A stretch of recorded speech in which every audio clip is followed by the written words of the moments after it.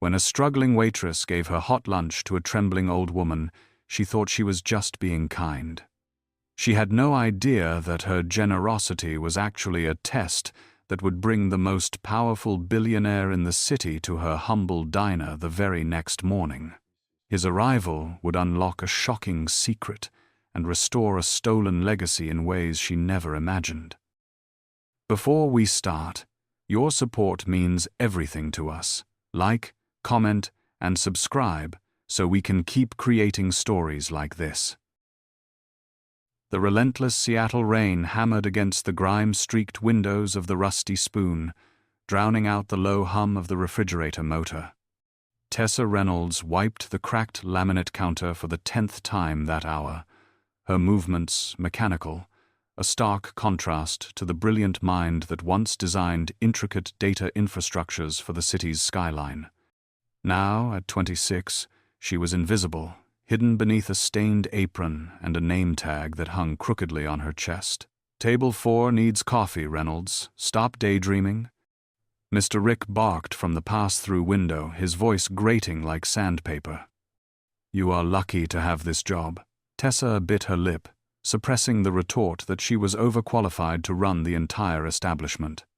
The diner was a graveyard of broken dreams, smelling of burnt toast, but it was the only place that didn't ask questions about her vanished career.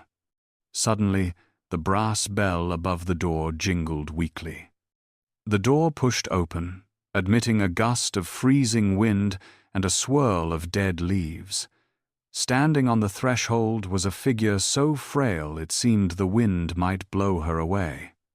It was an elderly woman, silver hair plastered to her skull by the rain, clutching a coat so thin it looked like paper. She stood shivering violently, eyes wide with confusion as she scanned the room full of people who pointedly looked away. Mr. Rick leaned over the counter, his face twisting into a sneer. "We are not a shelter," he hissed. "Get her out, Reynolds.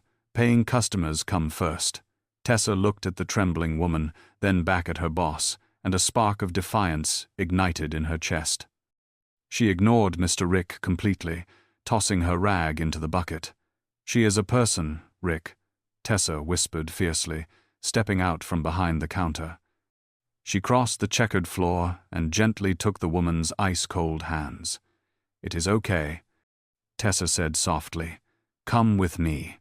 Let us get you out of this cold." The woman looked up, startled, lip quivering. Tessa guided her to the warm booth in the back and helped her peel off the soaked coat. I do not have any money," the woman stammered. "I misplaced my purse." Mr. Rick stomped over, a vein throbbing in his forehead. "No money, no service. If you feed her, it is coming out of your pay, and you are already short this week." Tessa met his gaze with steel eyes. "Put it on my tab then," she said firmly. "And take my break time, too." She rushed to the kitchen, grabbed her own lunch, a hot panini, and ladled a bowl of tomato soup, paying no mind to the burning heat. She brought the steaming tray to the back booth. "Eat," Tessa urged gently. "It is on the house today." The woman did not wait, eating with a voracious hunger that broke Tessa's heart. Between spoonfuls, color began to return to her pale cheeks. "You are very kind," the woman whispered, eyes suddenly sharp. "Most people just look through me. I was looking for my castle, you see. I lost it in the fog." From the counter, Mr. Rick let out a cruel, barking laugh. "She is crazy, Reynolds. Looking for a castle?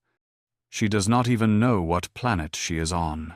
Tessa reached across the table and squeezed the woman's withered hand, ignoring the mockery. "We all lose things sometimes," Tessa said, voice thick with memory. "But that does not mean they are gone forever." As the elderly woman scraped the last drop of tomato soup from the chipped ceramic bowl, her cloudy eyes suddenly sharpened, locking onto the paper napkin resting under Tessa's hand. Tessa had been absent-mindedly sketching with a leaky ballpoint pen, creating not flowers or hearts, but a complex schematic of the diner's sagging roof truss. She was calculating the load vectors that threatened to bring the waterlogged ceiling down on table 6, Evelyn pointed a trembling finger at the ink-stained paper. "That is not a doodle, child," she said, her voice unexpectedly steady and devoid of the confusion she had shown earlier. "That is a structural load analysis."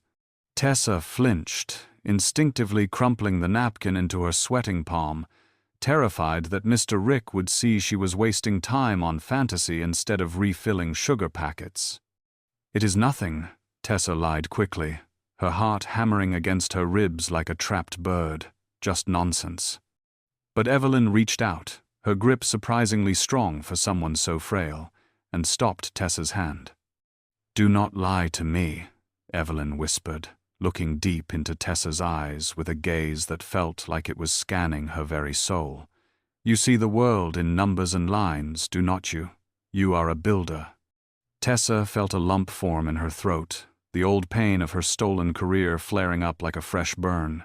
"I used to be," Tessa admitted, her voice barely audible over the drumming rain. "I used to build things that mattered. Now, I just wipe tables." Evelyn smiled then, a sad, knowing smile that seemed to transform her entire face. "Foundations never crumble, dear," she said. "Only the facades do. Remember that." With that cryptic advice, Evelyn stood up, wrapped the thin coat around her frail shoulders, and disappeared back into the gray storm, leaving Tessa staring at the crumpled napkin and wondering why she felt like she had just been inspected by a general rather than a lost grandmother. The rest of the shift passed in a blur of grease and regret. By the time Tessa locked up, she convinced herself the encounter was just a strange blip in her otherwise gray existence. She was wrong. The next morning, the rain had finally stopped, leaving the Seattle sky a bruised purple, but the atmosphere inside the Rusty Spoon was heavier than ever. The breakfast rush was a chaotic symphony of clattering plates and sizzling bacon until, at exactly 8 o'clock, the world outside the window seemed to shift on its axis. A sleek, obsidian-black limousine, longer than the diner's entire frontage, pulled up to the curb, gliding through the muddy puddles like a shark in dark water. The vehicle was so out of place that the conversation inside the diner died instantly. Forks froze mid-air, mugs hovered halfway to mouths. Tessa looked up from the coffee pot she was holding, a strange sense of dread pooling in her stomach. The driver's door opened, and a uniformed chauffeur stepped out to open the rear door. From the darkness of the car's interior emerged a man who looked like he owned the oxygen everyone else was breathing. He was tall, dressed in a bespoke charcoal suit that cost more than the diner would make in 5 years. His face was sharp angles and cold determination. He did not look at the peeling paint or the cracked sidewalk. He walked straight to the door, pulled it open, and stepped inside. The silence in the room was absolute. Mr. Rick, usually a tyrant, looked as if he might faint. He rushed forward, wiping his sweaty hands on his pants. "Can I help you, sir? We have a private booth in the back," Mr. Rick stammered, his voice trembling. The man in the suit did not even glance at him. He scanned the room with laser intensity, dismissing the customers one by one until his gaze landed on Tessa behind the counter. He walked past the stunned manager, his footsteps heavy and deliberate on the linoleum. He stopped right in front of Tessa, his eyes cold and unreadable. "I am looking for the woman who fed my mother yesterday," he said, his voice deep and commanding, echoing in the silent room. Liam Caldwell did not wait for an answer. He bypassed the sputtering manager, as if Mr. Rick were a piece of furniture, and closed the distance to the counter in 3 long strides. The air around him seemed to vibrate with authority, causing customers to shrink into their vinyl booths. Tessa gripped the coffee pot so hard her knuckles turned white. She felt the blood drain from her face. She was certain she was about to be fired or sued for unauthorized charity.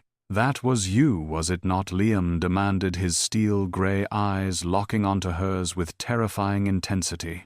"You are the one who gave her the soup." A hush fell over the diner, followed immediately by a wave of frantic whispering. Tessa swallowed hard, trying to find her voice. "I paid for it myself," she stammered. "I did not steal anything, if that is what you think." Liam let out a short, humorless laugh that did not reach his eyes. "You think I care about a bowl of tomato soup?" He placed a manicured hand on the sticky counter, leaning in closer. "The woman you served yesterday is Evelyn Caldwell, the matriarch of the Caldwell dynasty," Tessa gasped. Everyone knew the name. The Caldwells built half the city, but she looked homeless, Tessa whispered. Liam straightened his suit jacket, his expression hardening into stone. "My mother is eccentric, but she is not homeless, and she has asked to see you. Now, it was not a request. It was a command delivered with the weight of $1 billion behind it." Mr. Rick appeared at Liam's elbow, practically bowing. "Go on, Reynolds," he hissed. "Do whatever Mr. Caldwell says." Tessa looked from her boss's desperate face to Liam's cold impatience and realized her quiet life of hiding was over. "Get your coat," Liam said, turning toward the door without checking if she was following. "We are leaving right now." The transition from the stale grease of the rusty spoon to the hermetically sealed interior of the limousine was jarring, like stepping from a gritty documentary into a high-definition film. The heavy door thudded shut, sealing out the Seattle rain and replacing it with the hush of conditioned air and the scent of expensive cologne. Tessa Reynolds sat stiffly on the plush cream leather seat, clutching her worn coat against her chest. Across from her, Liam Caldwell tapped a screen on the console, sliding a privacy partition up to seal them off from the driver. The silence was suffocating until Liam turned his gaze on her. His eyes were cold, scanning her face like an accountant looking for a discrepancy. "Let us skip the pleasantries," Liam said, his voice smooth but laced with razor blades. "My mother is in the early stages of cognitive decline. She wanders. She tells stories. Unfortunately, she attracts people who see a vulnerable old woman as a winning lottery ticket." Tessa blinked, the accusation sinking in. "I do not know what you are talking about," she replied, her voice shaking slightly. She was cold. "I gave her soup." "That is all." Liam reached into his pocket and pulled out a checkbook. The sound of his pen scratching against paper was deafening. "I have seen your type before," he continued, tearing the check loose with a sharp rip. "You play the Good Samaritan, gain her trust, and then suddenly you have overdue rent." He held the slip out to her. $10,000. That is the price for your soup.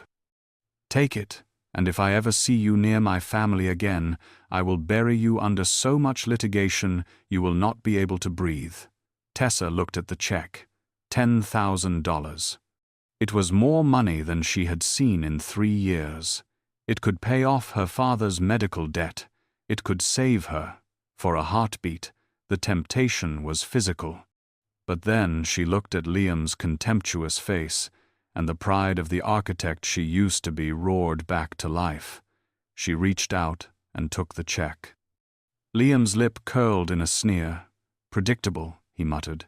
"Everyone has a price." Then Tessa did the unthinkable. She held his gaze, eyes blazing, and slowly tore the check down the middle. She let the pieces flutter onto the pristine floor mats. "I did not know who she was," Tessa said, her voice a deadly whisper. "I did not know she was a Caldwell. I saw a human being who was shivering, and I fed her because it was right. I do not want your money, Mr. Caldwell. And I certainly do not want your company." Liam stared at the torn paper, his mask of certainty cracking. He searched her face for the deception but found only raw integrity. For a man who spoke the language of transactions, this was a dialect he could not comprehend. The power dynamic had flipped. The waitress was looking down at the billionaire, and for one terrifying second, Liam Caldwell realized he might have made a colossal mistake. The heavy silence that followed Tessa's defiance was shattered by the shrill ring of the secure line on the limousine's console. Liam Caldwell stared at the shredded remains of the $10,000 check scattered on the floor mats, his jaw tight with confusion, but the insistent trilling forced him to look away. He jabbed the speaker button with a frustrated finger. "Report," he barked, his voice losing the smooth veneer of the boardroom and taking on the rough edge of a field commander.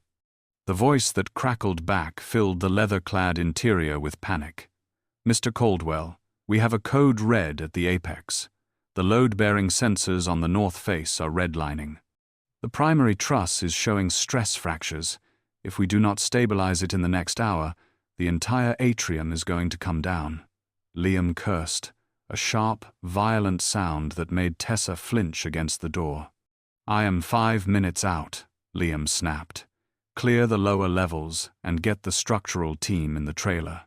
Do not let this leak to the press, or heads will roll." He severed the connection and hammered on the partition glass. "Change of plans, Arthur. Get us to the site, now." The limousine surged forward, the engine roaring as the driver executed a sharp, aggressive turn that threw Tessa against the plush armrest. "Let me out," she demanded, clutching the handle. "I have a shift to finish." Liam did not even look at her. He was already typing furiously on his tablet, his face illuminated by the cold blue light of architectural schematics. "My mother is the only reason you are here, but my legacy is currently crumbling into a pile of twisted steel," he said without looking up. "You are coming with me because I do not have time to drop you off, and I certainly do not trust you out of my sight until I figure out your game." The drive was a blur of rain-slicked streets until the looming skeleton of the apex appeared through the fog.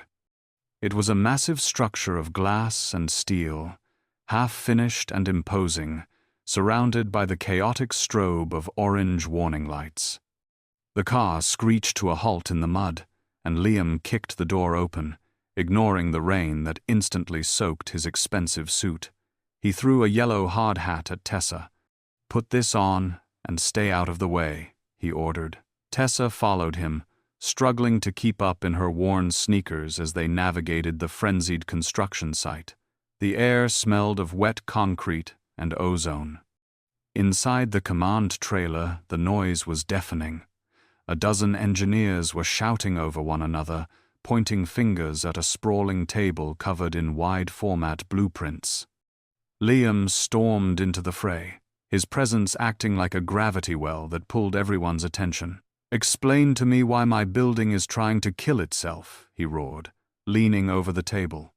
While the men stammered excuses about wind shear and material density, Tessa drifted to the edge of the room. She felt invisible again, just a waitress in the corner, but then her eyes landed on the blueprints. The white lines on the blue paper called to her, singing a song of tension and release that she had not heard in years. She stepped closer, her eyes narrowing as she traced the math that the screaming men were ignoring. She was no longer just a passenger in a billionaire's car. She was a master builder returning to her natural habitat, and for the first time in 3 years, the dormant genius inside her began to wake up. The cacophony inside the command trailer reached a fever pitch as the red warning lights on the sensor board began to pulse with a terrifying rhythm. Liam Caldwell slammed his fist onto the table.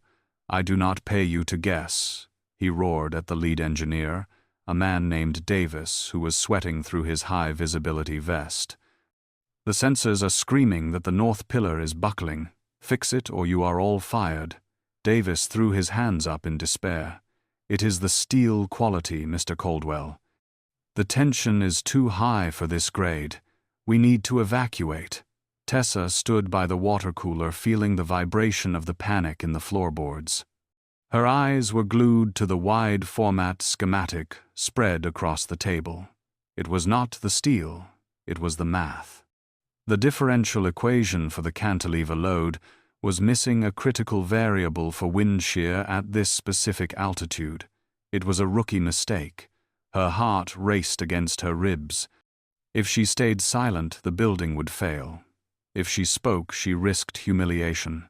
But the architect in her could not watch a structure die.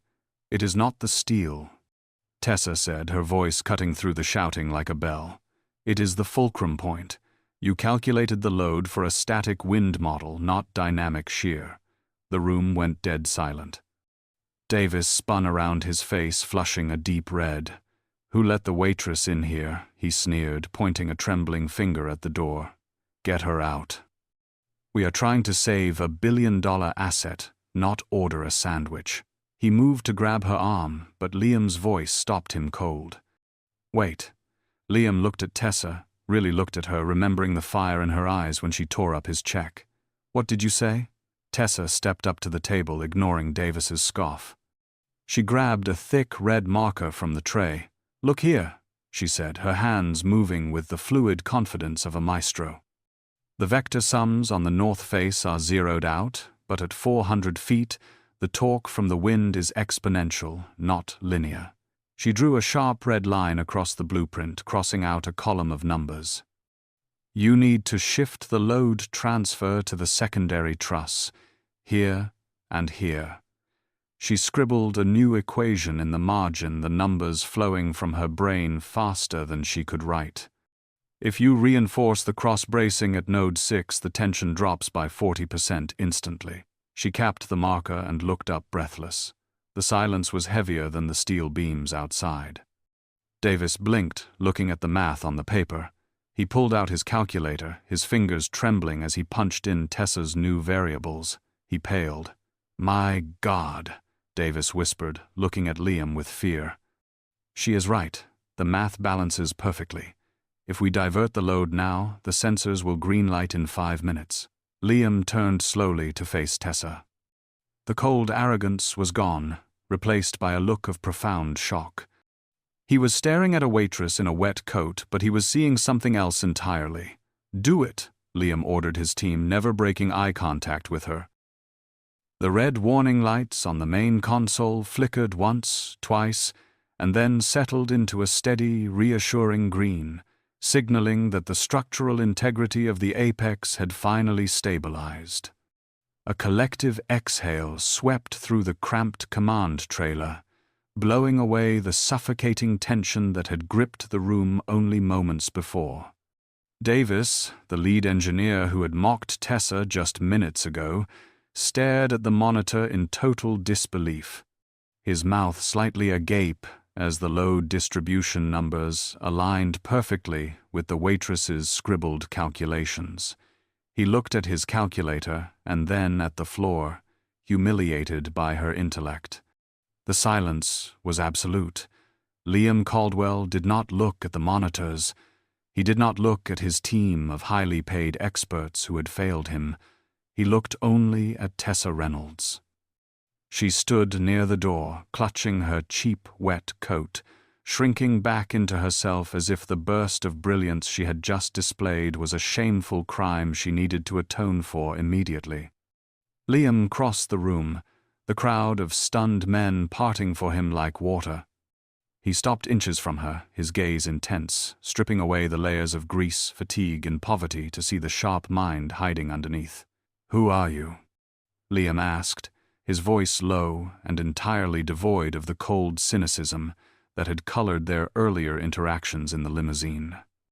Waitresses do not solve differential equations for dynamic wind shear in their heads while standing in a construction trailer. Who are you really?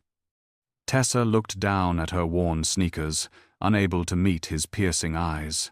The adrenaline was fading rapidly, replaced by the familiar, dull ache of loss. "I am nobody," she whispered, stepping back toward the exit. "Just a waitress. Please, let me go." Liam shook his head slowly, blocking her path with his broad frame. "Do not lie to me." "Not after saving my billion-dollar building. Where did you learn that math?" That was not a lucky guess. The silence stretched, heavy and expectant. Tessa realized she could not hide anymore, not completely. "Sterling and Oakhaven," she said softly. the name tasting like bitter ash in her mouth. I was a junior associate there, 3 years ago. The name hit Liam like a physical blow. His eyes narrowed, darkening with a sudden, dangerous recognition. "Sterling," he repeated, the word dripping with palpable venom. "Julian Sterling's firm." Tessa nodded, finally looking up to see a flicker of shared animosity in his expression. "I was the youngest architect they ever hired," she admitted, her voice trembling with the ghost of her past pride. "Until I wasn't." Liam studied her, his mind racing to connect the dots between the disgraced genius standing before him and the ruthless corporate shark who was his greatest rival. Julian Sterling was known for 2 things: building monuments to his own ego and destroying anyone who threatened his dominance. "If you worked for Sterling," Liam said, his tone shifting from interrogation to something approaching intrigue, "then why are you scrubbing tables in a diner that smells like despair?" Tessa flinched, the shame burning her cheeks hot red.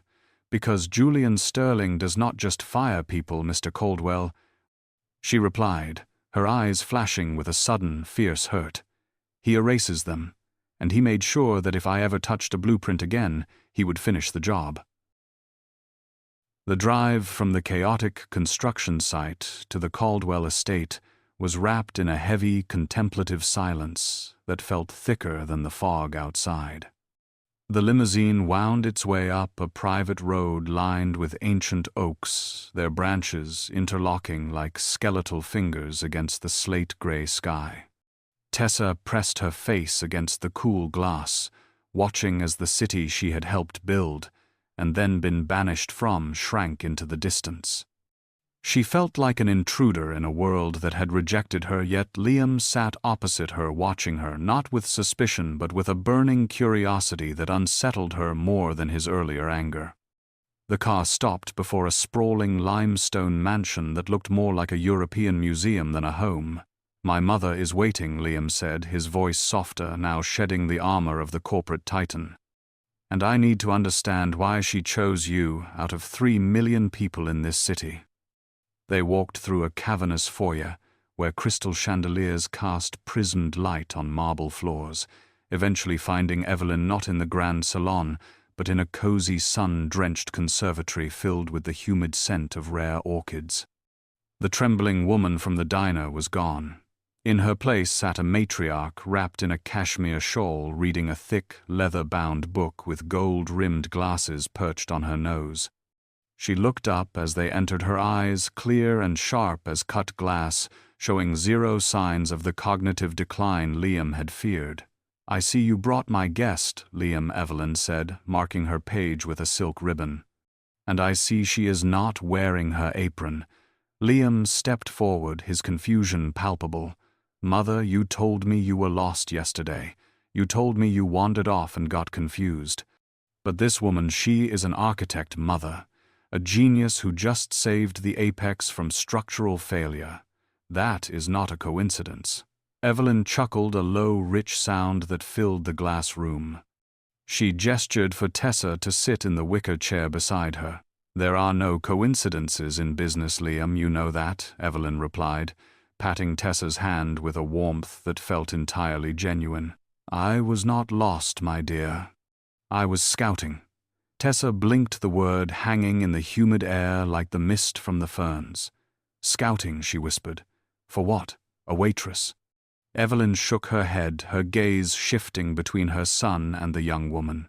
"For the one thing money cannot buy, and the one thing this family desperately needs right now," Evelyn said firmly. "Integrity. I needed to know if there was anyone left in this city who would help a freezing old woman without expecting a reward. And I needed someone who understands foundations." She looked at Liam, a mischievous glint in her eye. "You build skyscrapers, Liam, but you have forgotten how to build trust. I found the one person who can teach you both." Liam looked at Tessa, really seeing her, and for the first time the walls around his heart began to crack. Evelyn winked at him, a subtle signal that the game was far more complex than a bowl of soup, and that Tessa was the key to winning it. The conservatory meeting dissolved into a quiet understanding, and as the evening deepened into a velvet twilight, Liam insisted Tessa stay for dinner. He claimed it was to discuss the technical specifications of the Apex, but the way his steel-gray eyes lingered on her suggested a motive far more personal than structural engineering. They sat at a long mahogany table lit by the soft, flickering glow of tapered candles, the earlier tension of the construction site replaced by a tentative, fragile curiosity. The storm outside had reduced to a gentle patter against the windows, creating a cozy, intimate cocoon that felt worlds away from the grease and noise of the rusty spoon.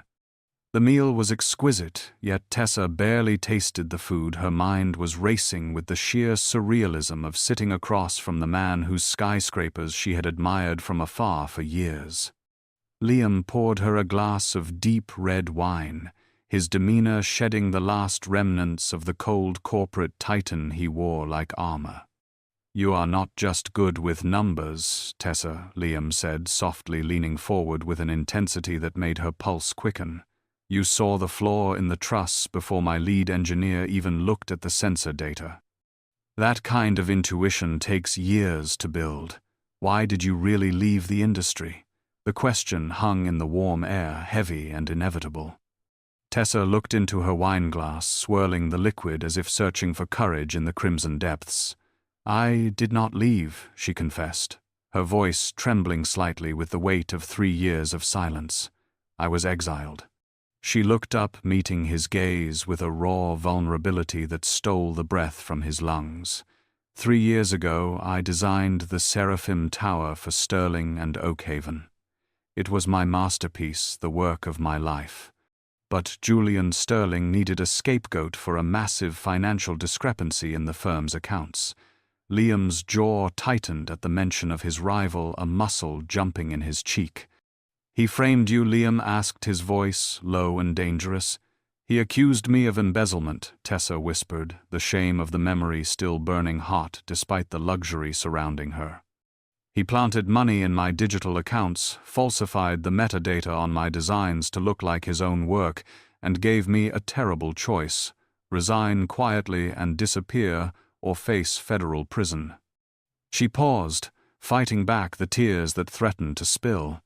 "He told me no one would believe a 23-year-old girl over a titan of industry, so I ran. I became a ghost because I had no way to fight a man who owns half the city." Liam reached across the table, covering her trembling hand with his warm, firm grip. The contact sent a jolt of electricity through them both, a spark that had nothing to do with architecture and everything to do with two lonely souls finding a mirror in one another. "He stole your life," Liam said, his eyes burning with a fierce, protective light. "But he made a fatal error, Tessa." She looked at him, confused by his certainty. "What error?" she asked breathlessly. Liam squeezed her hand, his thumb tracing the line of her knuckles. "He left you alive," Liam replied intensely, "and he forgot that even the tallest towers fall if the foundation is rotten. You are not alone anymore, Tessa. We are going to take it back." The fragile hope born over candlelight and red wine was put to the ultimate test the very next evening, as the limousine pulled up to the curb of the city's grandest hotel for the annual Sapphire Gala. Liam had insisted that hiding in the shadows would only empower her accuser, so he had outfitted Tessa in a gown of midnight blue silk that hugged her frame like water, transforming the waitress from the rusty spoon into a vision of elegance that belonged on the red carpet. Yet, as the flashbulbs popped like lightning storms outside the tinted windows, Tessa felt nausea roil in her stomach, her hands trembling in her lap. "I do not belong here, Liam," she whispered, her voice tight with panic as she gripped her satin clutch. "This is his world, not mine. I am just pretending to be someone I am not." Liam reached over and uncurled her clenched fist, pressing a soft kiss to her knuckles. "You are the smartest person in this room, Tessa," he assured her with absolute conviction, his eyes locking onto hers. "Wear that truth like armor and do not let him see you bleed." They stepped out into the cool night air, and Liam guided her through the gilded doors into a ballroom dripping with crystals and smelling of lilies and old money. For a few minutes, Tessa allowed herself to breathe, dazzled by the sheer opulence, until the crowd parted near the champagne fountain and her blood turned to ice.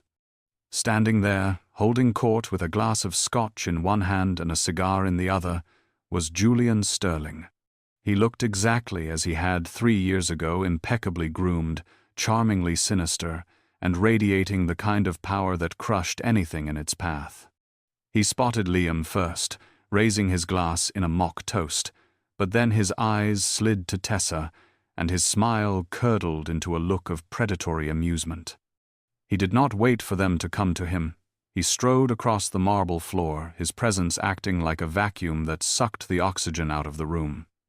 "Well, well," Julian boomed, his voice carrying over the polite chatter of the elite, causing heads to turn in their direction.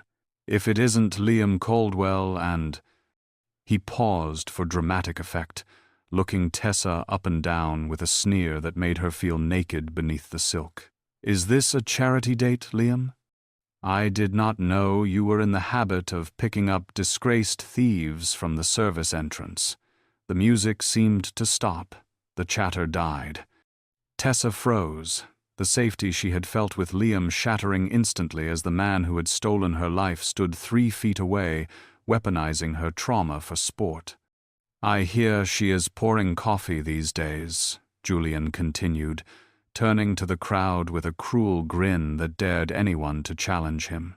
"Careful, everyone. Check your wallets. Once a fraud, always a fraud." Tessa wanted to scream, to defend herself, but the sheer weight of his authority pinned her to the spot, reducing the brilliant architect back to the frightened girl who had run away 3 years ago. The silence following Julian Sterling's public evisceration of Tessa was thick enough to choke on, but Julian was not finished with his performance. He stepped into Liam's personal space, turning his broad back on Tessa to physically exclude her from the conversation, a deliberate power move designed to reduce her to an object of discussion rather than a participant in her own defense. He placed a heavy, patronizing hand on Liam's shoulder, leaning in with the false intimacy of an old mentor, offering hard truths to a wayward pupil. "I am only trying to save you from a public relations nightmare, Liam." Julian lowered his voice to a conspiratorial hiss that only they could hear, though his eyes darted back to Tessa with venomous intent. "She is good, I will give her that. She plays the wounded bird perfectly. She did the exact same thing to me 3 years ago, right before she tried to rob me blind." Liam stiffened, his jaw locking tight as he fought the instinct to punch the older man. "She told me what you did to her, Julian," Liam replied, though his voice lacked the thunderous certainty it had held in the limousine. Julian laughed, a dry, pitying sound that grated on Liam's nerves. "Of course she did. Did she tell you about the embezzlement? Or did she spin a tragic tale about a jealous boss stealing her genius?" Julian tightened his grip on Liam's shoulder, his voice dropping to a lethal whisper. "She is a pathological liar, Liam.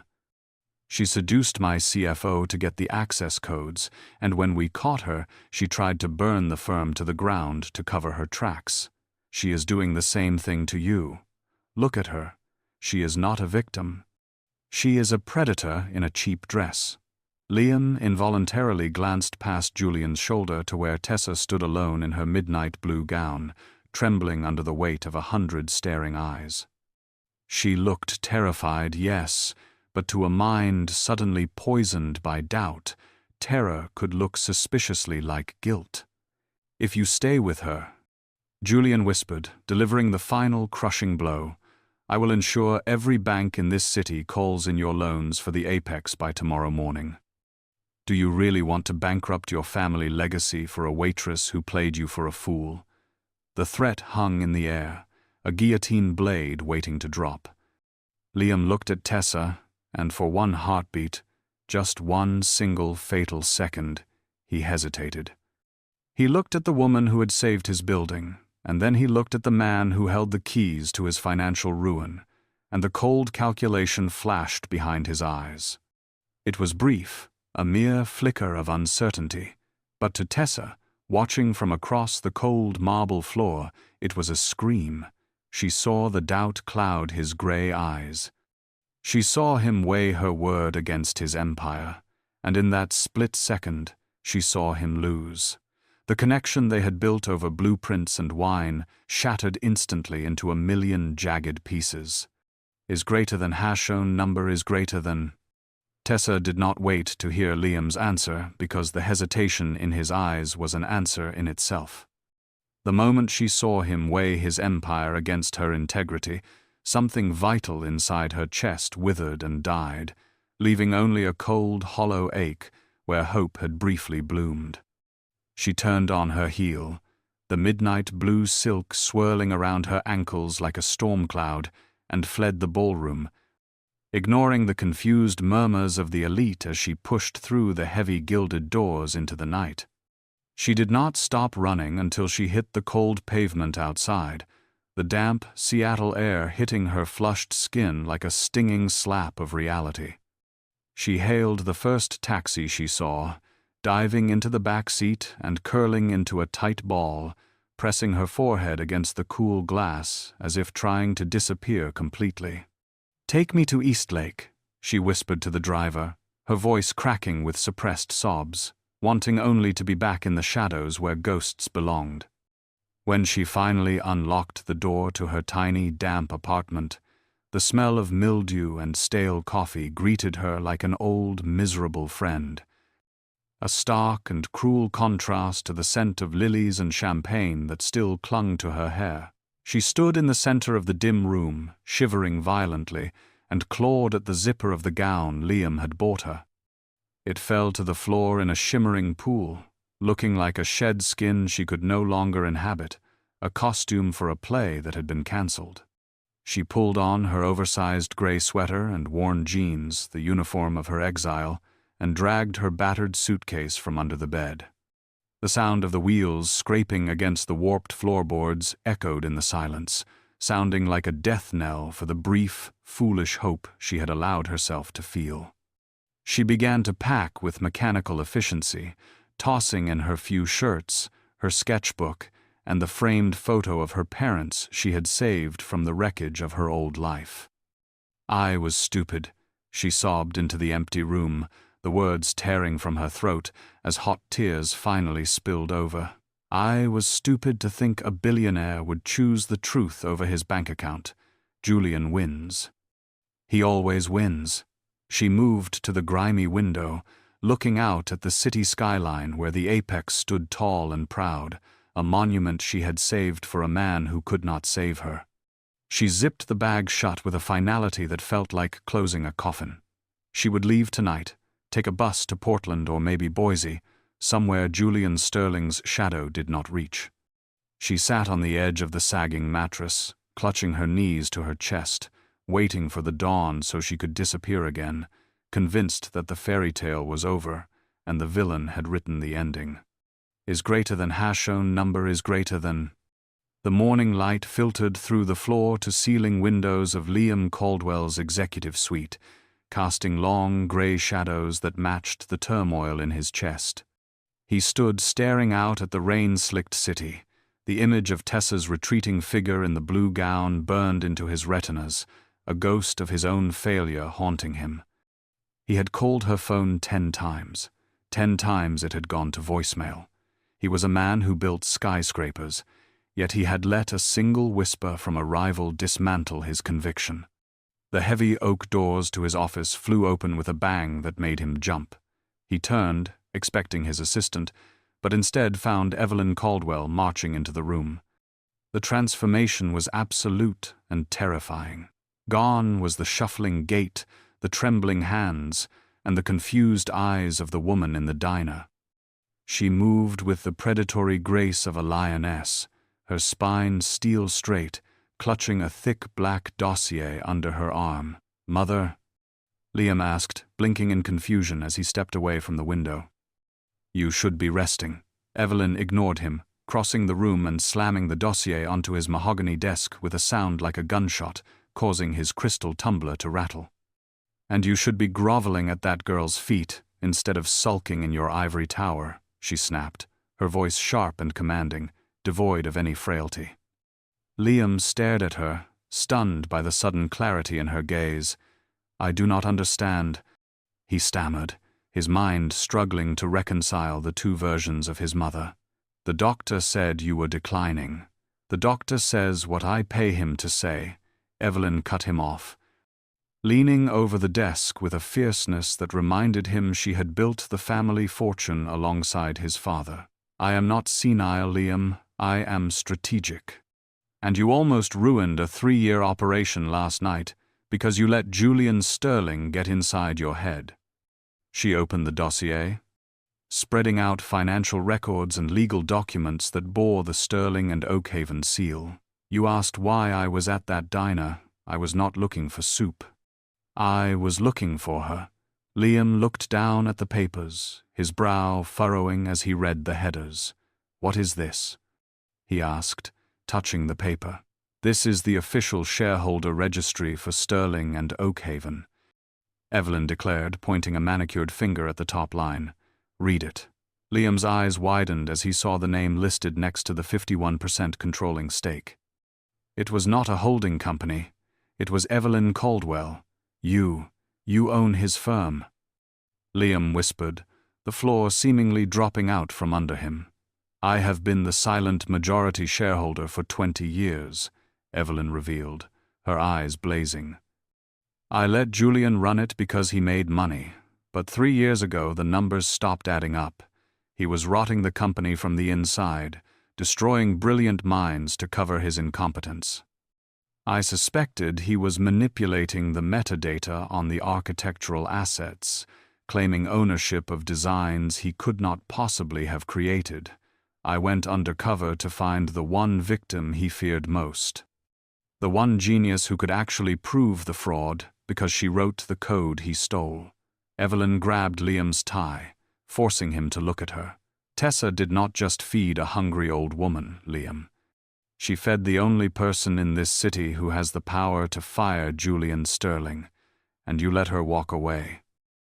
Liam stared at the shareholder registry, his mind reeling from the revelation that his mother held the leash of the very man who had threatened him. But Evelyn was not finished dismantling his reality. She reached into her battered handbag, the same one she had clutched in the diner, and pulled out a sleek, high-tech tablet that looked incongruous in her weathered hands. "You thought I was just eating soup and rambling about castles," Evelyn scoffed, tapping the screen with a finger that no longer trembled. "I was wearing a wire, Liam. And while I was sitting there playing the part of a confused old biddy, my private investigators were using the local network access to plant digital tracers deep inside Sterling's private servers." She swiped the screen, projecting a complex timeline of data onto the massive wall monitor of Liam's office. The room was bathed in the cold blue light of server logs and code strings. "Look here," Evelyn commanded, pointing to a series of red highlighted entries dated 3 years ago. "These are the original source files for the Seraphim Tower. The metadata shows they were created on a terminal registered to one Tessa Reynolds at 3 in the morning. She swiped again, revealing a second set of logs that looked like a jagged scar across the data. And this is the modification log from 2 weeks later. Julian Sterling accessed the server using an administrator override and manually scrubbed her user ID, replacing it with his own. Liam stepped closer to the screen, his eyes widening as he saw the digital fingerprints of the crime.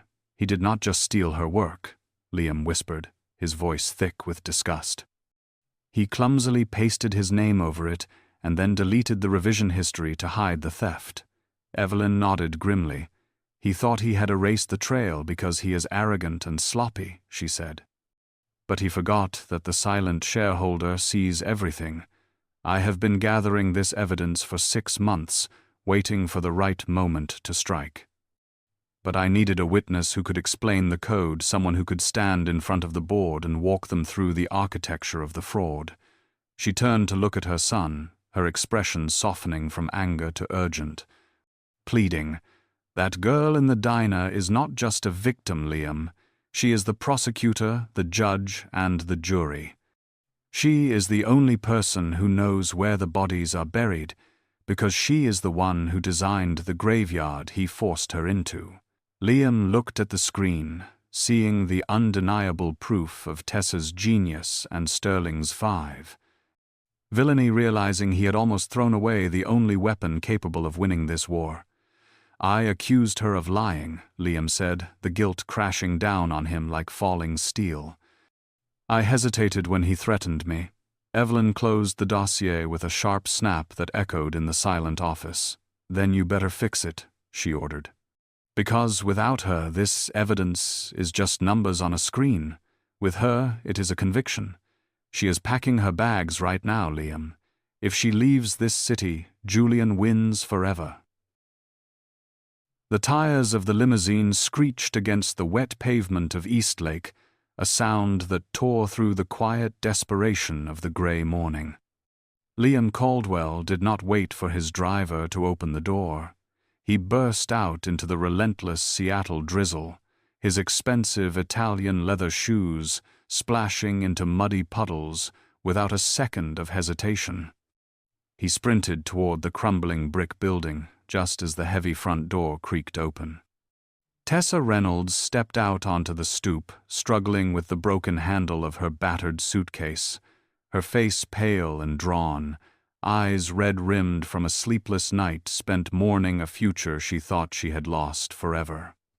She looked up, startled by the sudden commotion, and when she saw Liam standing there, chest heaving and dark hair plastered to his forehead by the rain, her expression hardened into a mask of cold resignation.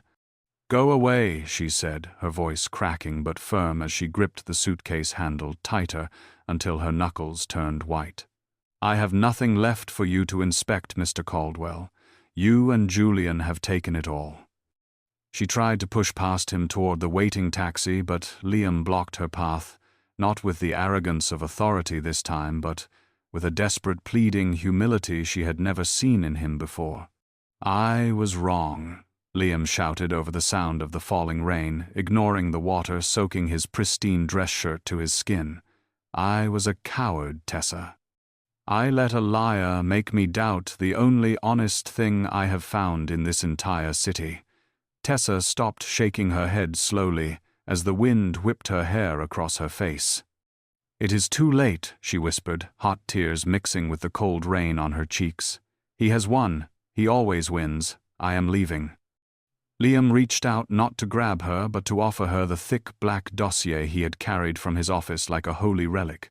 He thrust it into her trembling hands, the plastic cover slick with water. "He has not won," Liam said intensely, stepping closer until he was shielding her body from the storm. "Open it." Tessa hesitated, then fumbled with the clasp. Her eyes widened in shock as she scanned the pages, the shareholder registry, the server logs, the undeniable proof of her own genius staring back at her. "What is this?" she breathed, looking up at him in disbelief. "This is your sword," Liam replied, his grey eyes burning with fierce determination. "My mother owns his company, Tessa. She has been waiting for you. We do not just want to clear your name. We want you to be the one who swings the blade." He placed his hands gently on her shoulders, anchoring her against the urge to run. "Do not leave," he implored, his voice dropping to a raw whisper. "Stay. Come with me right now, and let us take back everything he stole from you. I will stand beside you, I promise. I will never hesitate again." Tessa looked from the dossier to Liam's face, seeing the absolute truth written there, and for the first time in 3 years she did not feel like a fugitive. She felt like an architect ready to demolish a condemned building. The elevator doors to the penthouse boardroom of Sterling and Oakhaven slid open with a soft chime that sounded like a judgment bell tolling for the wicked. Inside the sanctuary of glass and mahogany, Julian Sterling sat at the head of the long table surrounded by 12 board members who hung on his every word like disciples waiting for a sermon. He was in the middle of a toast, celebrating the firm's record profits, his crystal glass of scotch catching the light when the heavy double doors swung open with violent force. The room fell dead silent. Julian looked up, annoyance flashing across his features, expecting a wayward assistant, but freezing when he saw the trio standing in the threshold. Liam Caldwell stood tall and imposing on the right flank, his face a mask of grim determination. On the left stood Tessa Reynolds, still wearing her oversized gray sweater and worn jeans, looking like a refugee from a storm but holding her head with the regal bearing of a queen returning from exile. And in the center stood Evelyn Caldwell, no longer the frail woman from the diner but a force of nature in a vintage Chanel suit. Julian set his glass down hard, the liquid sloshing onto the polished wood. "This is a private meeting," Liam Julian sneered, his voice dripping with condescension as he stood up to assert his dominance. "I assume you are here to apologize for the embarrassment your little charity case caused last night. And you brought your mother. How touching. Does she need directions to the cafeteria?"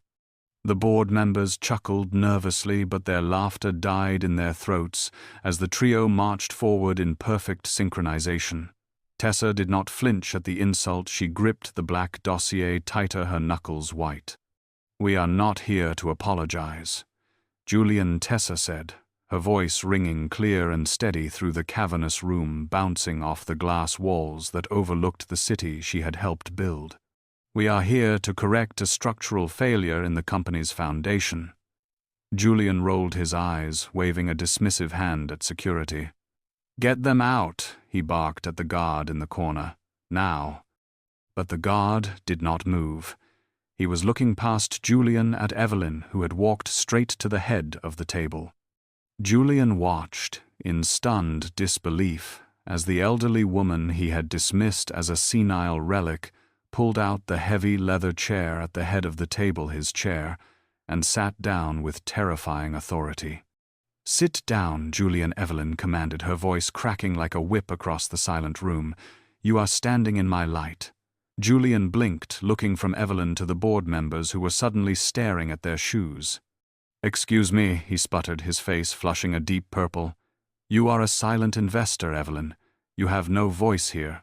Evelyn smiled, a cold, razor-sharp expression that promised total destruction. "I am the majority shareholder, you incompetent fool," she revealed, casually placing her handbag on the table. "And silence is a privilege I am revoking effective immediately."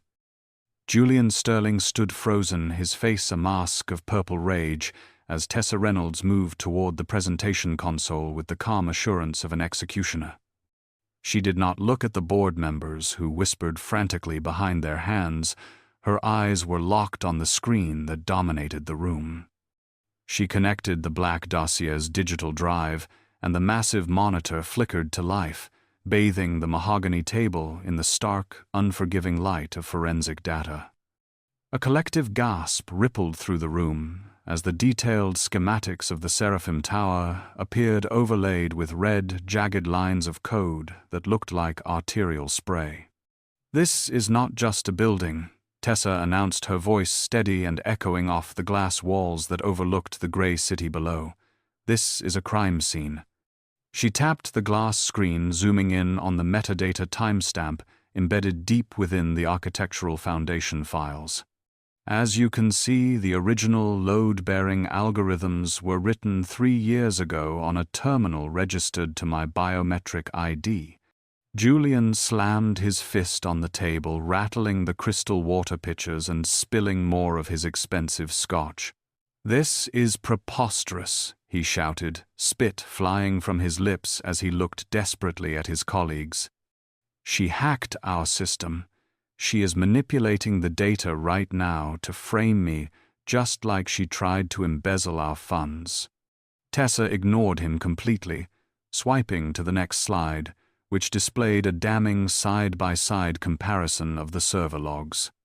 "Creating a file is easy to fake, Julian," she said, her tone cold and sharp, slicing through his hysteria.